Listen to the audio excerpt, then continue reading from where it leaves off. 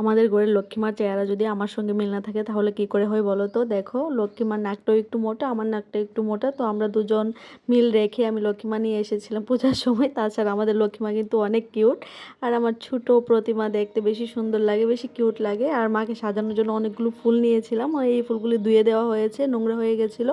তারপর চলে গেলাম একটু ছাদে, আর গিয়ে তাদের লিচুগুলো একটু দেখে আসলাম। বুঝে তো গেছি দেবে না, তারপরে একটু দেখে এসেছি, এটা আমার প্রত্যেক দিনের অভ্যাস। তারপরে এসে চা করে নিলাম, আর অনেকদিন পর পর আমার এই খাবারটা খেতে ইচ্ছে করে। গতকালকে চানাচুর নিয়েছিলাম আমার জন্য, তো ওইটা দিয়ে মুড়ি আর চা খাচ্ছিলাম।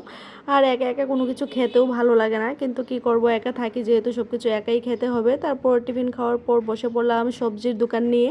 আজকে ভাবছি যে লতা তারপর মাশরুম তো অনেক হলো, আজকে একটু সবজি রান্না করি। তো এখানে সব সবজি কেটে নিয়েছি, আর এই সবজিটার মধ্যে আমি কাঁচকলা একটু বেশি দিয়েছি। তোমাদের বলেছি যে আয়রনযুক্ত খাবার খাওয়া খুব দরকার, তাই এখন প্রত্যেক দিন চেষ্টা করব একটু একটু মানে আয়রনযুক্ত খাবার খাওয়ার। তো এখানে সবজি করে নিচ্ছি, আর আমি একদম কম মশলায় সবজি রান্না করি। মশলা বলতে শুধু কাঁচা লঙ্কা ব্যবহার করি, আর একটু হলুদ গুঁড়া আর একটু লবণ তো দিতেই হবে, আর তাছাড়া তেমন কিছু দেই না। আর আজকে সবজিটাতে একটু ডাল দিয়েছি যেন মাখো মাখো হয়, আমার হাজব্যান্ড আবার মাখো মাখো সবজি খেতে পছন্দ করে। আর এদিকে পটল আর কুমড়ো ভাজি করে নিয়েছি।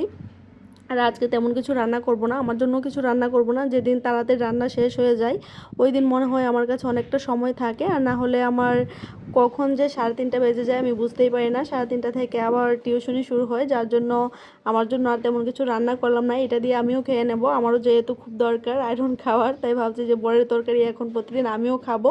আর এখানে ভাজি, তো ওনাকে ভাত বেড়ে বসেছিলাম, উনি আজকে নাকি অফিসে যাওয়ার মুড ছিল না। আর প্রত্যেক দিন মানে সত্যি আমারও ভাবলে কষ্ট লাগে, আমরা তো দুপুরবেলা একটু রেস্ট করতে পারি, কিন্তু তারা তো একদমই রেস্ট করতে পারে না। এই যে দেখো রেডি হয়ে বসে আছে, খেতে বসছে না। আর অন্যদিন আমাকে তাড়া দেয় যে তাড়াতাড়ি করো তাড়াতাড়ি করো।